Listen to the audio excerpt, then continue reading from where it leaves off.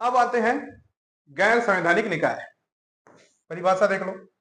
वे निकाय जिनका उल्लेख भारत के संविधान में नहीं है, भारत के संविधान में नहीं है, बल्कि जिन्हें संसद के कानून या सरकारी कार्यपालिका के आदेश द्वारा स्थापित किए गए हैं, जिन्हें गैर संवैधानिक निकाय कहते हैं।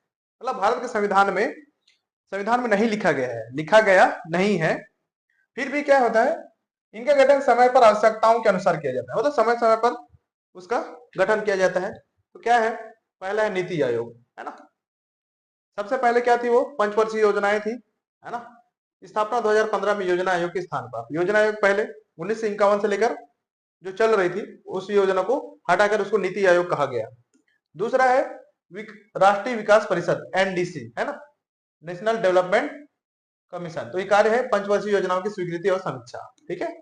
तीसरा है ये गैर संवैधानिक निकाय, है ना, मानव अधिकार संरक्षण आयोग, एनएचआरसी, मानव अधिकारों की सुरक्षा और संवर्धन के लिए। फिर चुनाव सुधार आयोग, जिसको विधि आयोग भी कहा जाता है ना, विधियों की समीक्षा और सुधार, है ना।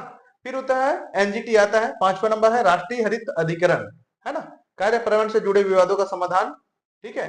फिर 6वां है केंद्रीय सूचना आयोग, सीआईसी, कार्य सूचना का अधिकार अधिनियम 2005 के अंतर्गत सूचना उपलब्ध कराना, है ना, ये भी अभी 2005 में लागू हुआ है सूचना का अधिकार।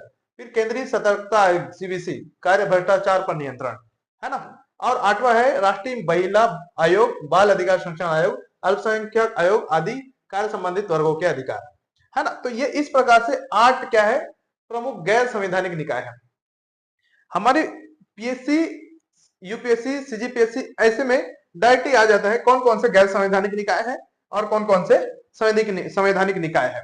तो कभी कभी क्या है, परिभाषा आपको जानना जरूरी है ना, तो ये जानकारी रहेगा तो आप इसको लिख सकते हैं। तो कभी कभी क्या होता है, ये आपके बारे में, इनके बारे में 8 है, उनके बारे में जानना जरूरी है ना, कौन सा गैर संवैधानिक निकाय है और कौन सा संवैधानिक निकाय है। ठीक है, आज के लिए इतना ही हमारे वीडियो में। अब नेक्स्ट वीडियो में आपको कुछ नई जानकारी आपको देंगे। ठीक है, थैंक यू।